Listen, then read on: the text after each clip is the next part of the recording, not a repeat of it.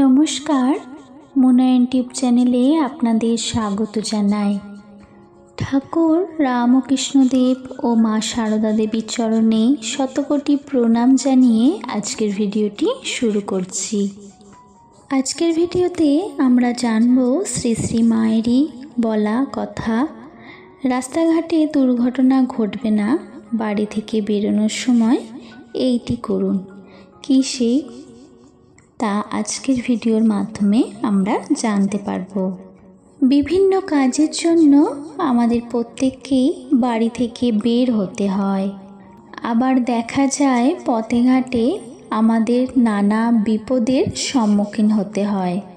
অনেক সময় এই দুর্ঘটনা, বিপদ আপদ আমাদের জীবনে কেন আসে তাই নিয়ে মা সারদা বলেছেন, আমাদের কর্মফলের কারণেই এই সকল বিপদ আপদ আমাদের জীবনে আসে।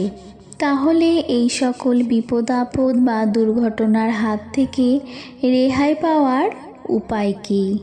শ্রী শ্রী সারদা মা পথে ঘাটে বা এই সকল দুর্ঘটনার থেকে রক্ষা পাওয়ার উপায় মা বলেছেন। মা এই ব্যাপারে আমাদের একটি অসাধারণ উপদেশ দিয়েছেন। মা বলেছেন, যখনই বাড়ি থেকে বাহিরে বার হবে তখন এই কাজটি অবশ্যই করো।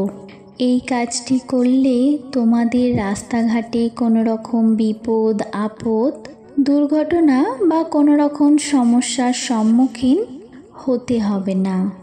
মা সারদা বলছেন, বাড়ি থেকে বাইরে বার হবার ঠিক আগেই মনে মনে দেবী দুর্গার নাম স্মরণ করবে।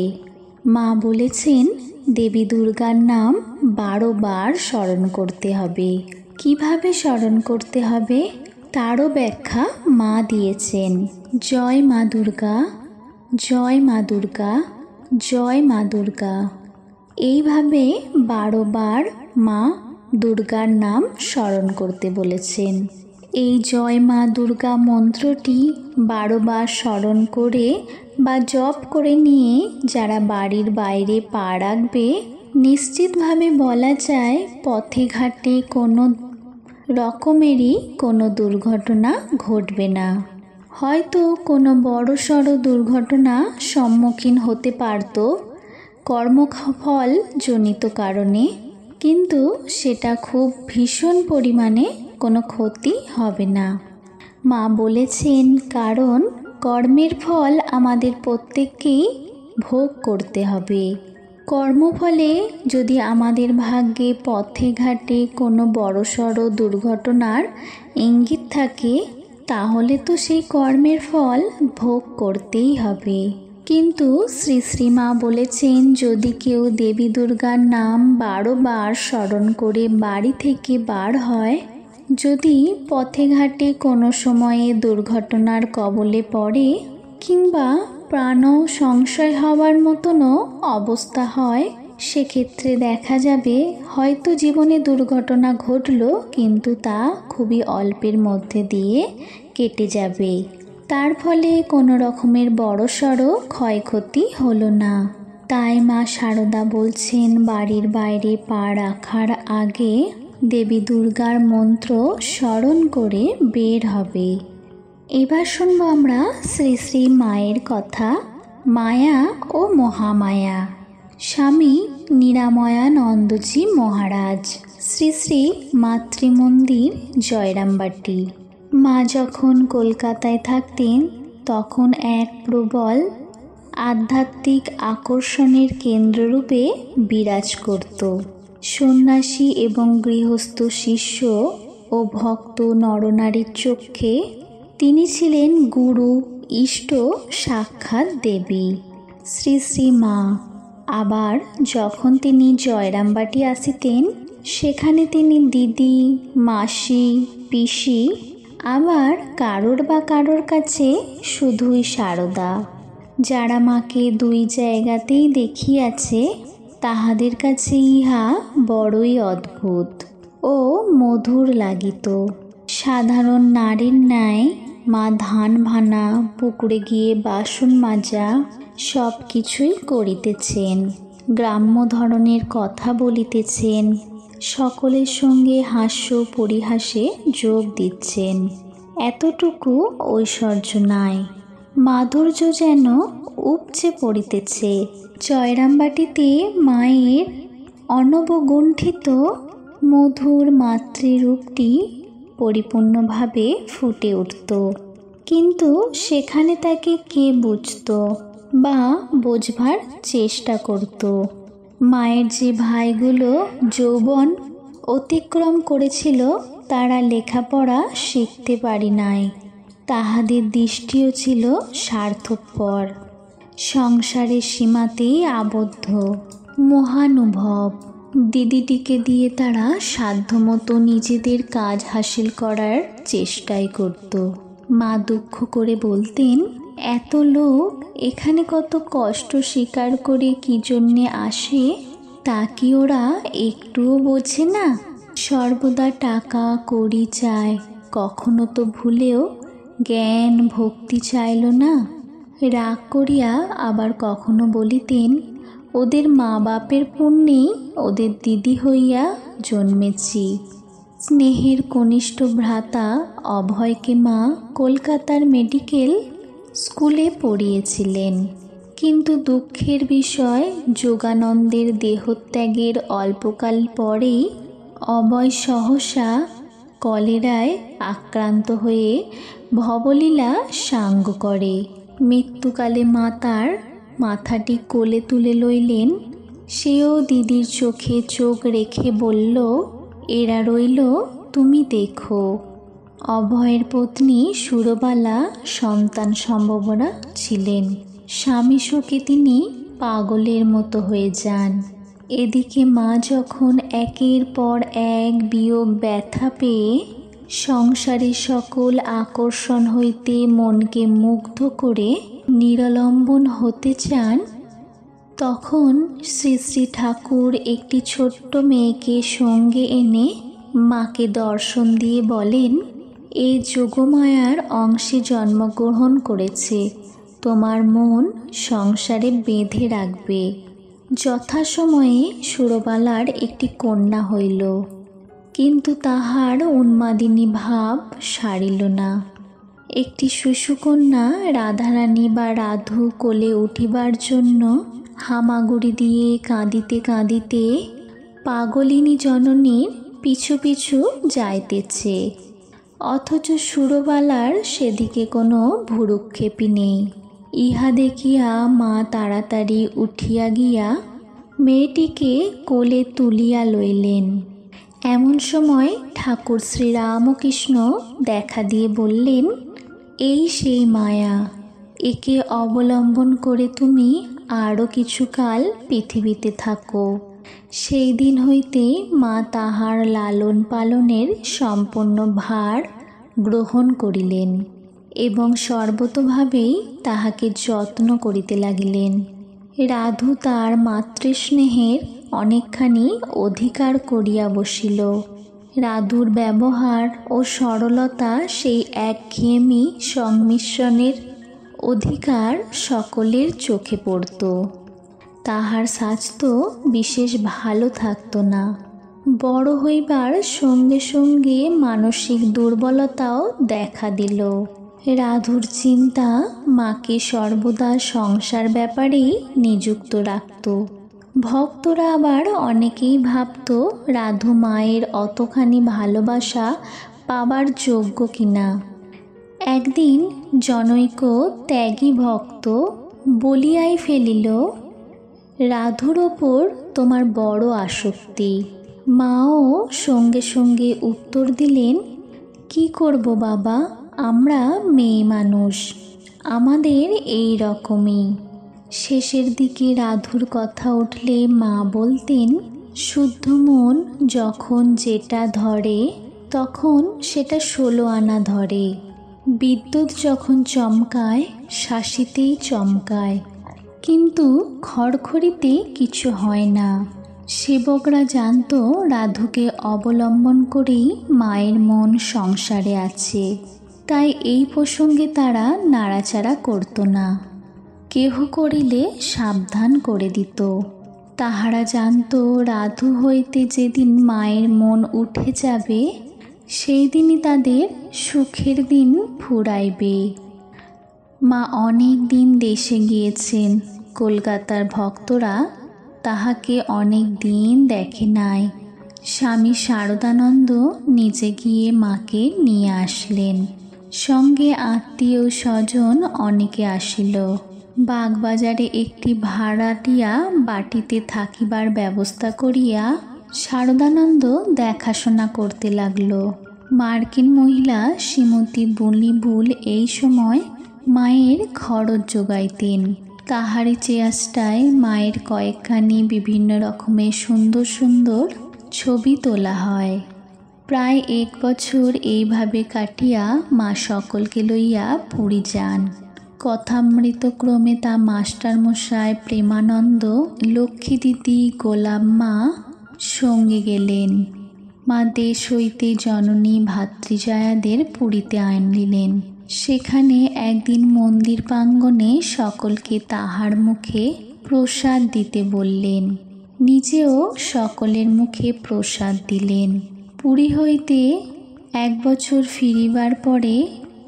ফিরিবার পরে জননী শ্যামাসুন্দরী সকালবেলা কাজ করতে করতে ক্লান্ত হয়ে ঘরের দাঁড়ায় শুয়ে পড়লেন।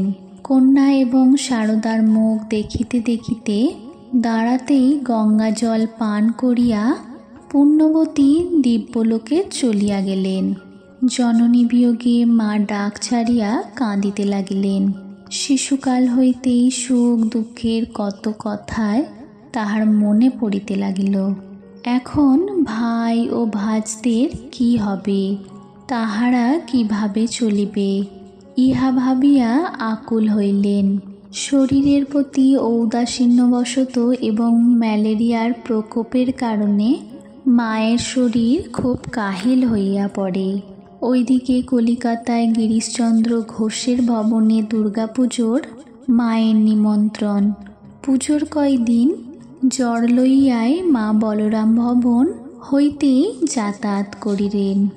মহানিশায় সন্ধি পুজো, মা তখন আর আসিতে পারিবে না শুনে গিরিশচন্দ্র মনে প্রাণে দুঃখিত।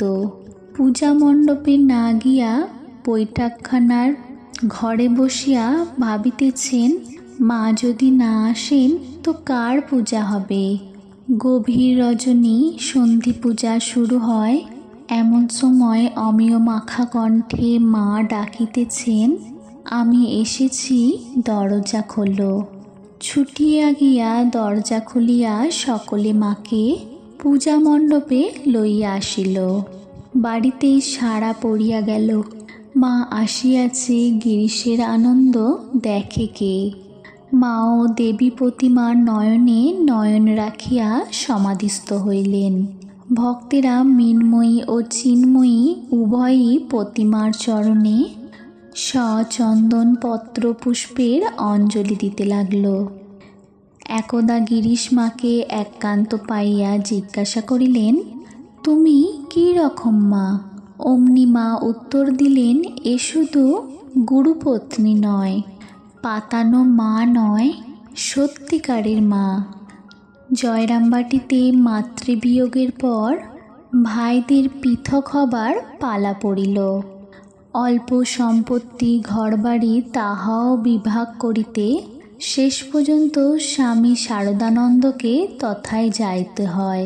বিভাগের পর মা কোথায় থাকিবেন প্রশ্ন উঠলে মা বলিলেন, 2 দিন এর ঘরে, 2 দিন ওর ঘরে, এইভাবেই আমার দিন কেটে যাবে। কামারপুকুরে মায়ের একটু স্থান ছিল বটে, কিন্তু সেখানে যাতায়াত উঠে না গেলেও কমে গিয়েছিল। কলকাতা ফিরিয়া স্বামী শারদানন্দ মায়ের থাকিবার কষ্ট দূর করিবার জন্য আপ্রাণ চেষ্টা করিতে লাগিলেন। বহু বাধা অতিক্রম করিয়া নিজেদের দায়িত্বের ন্যায় স্বীকার করিয়া বাগবাজারের উত্তর প্রান্তে হরকেদারের প্রদত্ত জমির উপর একটি সুন্দর ভবন নির্মাণ করিলেন। ভক্তদের নিকট ইহাই শ্রী শ্রী মায়ের বাড়ি। মায়ের সেবক স্বামী শারদানন্দের তত্ত্বাবধানে উদ্বোধন পত্রিকা এবং গ্রন্থাবলীর প্রকাশন চলতে লাগলো এবং ওই কার্যালয়ও এখানে উঠে আসলো। সাধারণের কাছে তাই এই বাড়িটি সংক্ষেপে উদ্বোধন নামেও পরিচিত। মা বিকালে ঠাকুর ঘরের এক পাশেই অবস্থান করিতেন। স্বামী শারদানন্দ তাহার আরাধ্য দেবতাকে মন্দিরে প্রতিষ্ঠা করিয়া প্রাণ ভরিয়া তাহার সেবা পূজা করিতে লাগিলেন। সদর দরজার পাশে ছোট ঘরটিতে থাকিয়া মঠ মিশনের পরিচালনা, তদুপরি উদ্বোধন কার্যালয়ের দেখাশোনা করিতে কেহ জিজ্ঞাসা করিলে বলিতেন, আমি মায়ের দারোয়ান। মা বলিতেন, শরৎ আমার ভারী, শরৎ না হলে আমার বোঝা কে আর নিতে পারে। সত্যই সে সময় স্ত্রী পুরুষ ভক্তির মেলা। রাধু ও জয়রামবাটির নিত্য নতুন ঝামেলা সহ্য করা কম শক্তিমান পুরুষের কাজ ছিল না। উদ্বোধনে ৬-৭ মাস বাস করিয়া মা জয়রামবাটি যান। পর বৎসর ভক্ত পরিবারের আহ্বানে উড়িষ্যার বালেশ্বর জেলার অন্তর্গত বলরাম বাসুদেবের মন্দিরে জমিদারের কোঠারে গিয়ে মা খুব আনন্দে ২ মাস কাটালেন। এখানেই মায়ের মনে সেতুবন্ধ রামেশ্বর দেখার ইচ্ছা হলো। স্বজন পরিজন সহ তিনি মাদ্রাসে আসিয়া ১ মাস রইলেন। সেখানেও স্বামী রামকৃষ্ণানন্দ মায়ের দক্ষিণ ভারত ভ্রমণের সকল ব্যবস্থা করিয়া দেন। মাদ্রাজি সর্বপ্রথম বিবেকানন্দ প্রচলিত শ্রীরামকৃষ্ণ বলি শ্রবণ করেছিল এবং শ্রীরামকৃষ্ণনন্দের প্রাণপাত পরিশ্রমে রামকৃষ্ণ মঠ ও মিশনের ভাবধারা চারিদিকে ছড়িয়া পড়িয়াছে। তাই সংঘের জননীকে দেখিবার জন্য দলে দলে লোক আসিতে লাগিল। কেহ আসে মন্ত্র লইতে, কেহ আবার আসে উপদেশ শুনতে। ভাষার বিবেক, ভাবের আদান প্রদান বাধা দিতে পারল না। মহিলারা ও বালিকারা মাকে ঘিরে ভজন শোনায়, যন্ত্রসঙ্গীত শোনায়। মাদ্রাজ ও মাদুরার মন্দির ও দেবতা দর্শন করিয়া মা সমুদ্রকূলের রামেশ্বরে পৌঁছালেন। সেখানকার রাজা স্বামীজির শিষ্য। তিনি পূজারী এবং পাণ্ডাদের নির্দেশ দিয়েছেন, আমাদের গুরুর গুরু আসিয়াছেন, সর্বপ্রকারে তাহার পূজা কার্যে সাহায্য করিবে। প্রভাতে সমুদ্র স্নানের পর মা গঙ্গোত্রীর জলে শিবলিঙ্গকে স্নান করাইয়া ১০৮টি স্বর্ণ বিল্বপত্রের দ্বারা স্বহস্তে পূজা করিলেন। ফিরিবার কালে বলিতেছেন, আহা, যেমনকার তেমনটি আছে গো। সঙ্গিনী জিজ্ঞাসা করলে, কি বললেন মা? অনবদা সনত বসত বলে ফেলিয়া মা প্রসঙ্গ চাপা দিলেন। কোন যুগান্তরের স্মৃতি জন্মান্তরের মায়ের মনে জেগে উঠেছিল। রামেশ্বর হইতে মাদ্রাজে ফিরিয়া দেখিলেন তাহাকে ব্যাঙ্গালোরে লইয়া যাইবার জন্য ভক্তগণ প্রতীক্ষা করিতেছে। তাহাদের আকুল আহ্বানে মা সেখানে চলিলেন। তাদের ভাষা বোঝেন না, মায়ের ভাষাও তারা বোঝে না, তবু সে কি হৃদয়ের আকর্ষণ! শুধু দর্শনেই পরিতৃপ্তি। রাশি রাশি ফুল দিয়ে তারা শ্রীচরণ পূজা করিতে লাগিলেন। মা ও শ্রীরামকৃষ্ণের অপূর্ব মহিমা একইভাবে অনুভব করিতে লাগিলেন। ফিরিবার পথে পূর্ণতয়া গোদাবরীতে স্নান করিয়া পুরীধামে কয়েকদিন কাটিয়া মা কলকাতা পৌঁছালেন। রাধু তখন 12 বছরে পড়েছে, আর বিবাহ না দিলেও নয়। কাছাকাছি তাজপুরেও একটি ভালো পাত্র পাওয়া গেছে। তাই মা সকলকে সঙ্গে নিয়ে জয়রামবাটি আসিলেন। ভালো দিন দেখে শুভ কার্য সম্পন্ন করিলেন।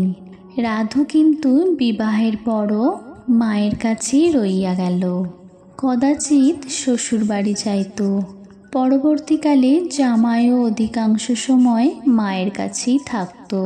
জয়রামবাটি হইতে মায়ের বিষ্ণুপুর স্টেশনে যাতায়াত সুবিধার জন্য কোয়ালপাড়ার একটি আশ্রম হয়, আর সেখানে উঠিয়া মা ঠাকুরের ছবির পাশে নিজের ছবিও বসান এবং পুজো করেন। মায়ার জগতে মহামায়ার লীলা দেখিয়া সেবক ও ভক্তেরা একাধারে আনন্দে বিস্তৃত হইল। নমস্কার, আজকের ভিডিওটি এই পর্যন্তই। ভিডিওটি ভালো লেগে থাকলে ভিডিওটিতে একটি লাইক করবেন, আর আমার চ্যানেলের নতুন বন্ধু হয়ে থাকলে বলবো চ্যানেলটি সাবস্ক্রাইব করবেন। সকলে ভালো থাকবেন, সুস্থ থাকবেন। জয় ঠাকুর, জয় মা, প্রণাম।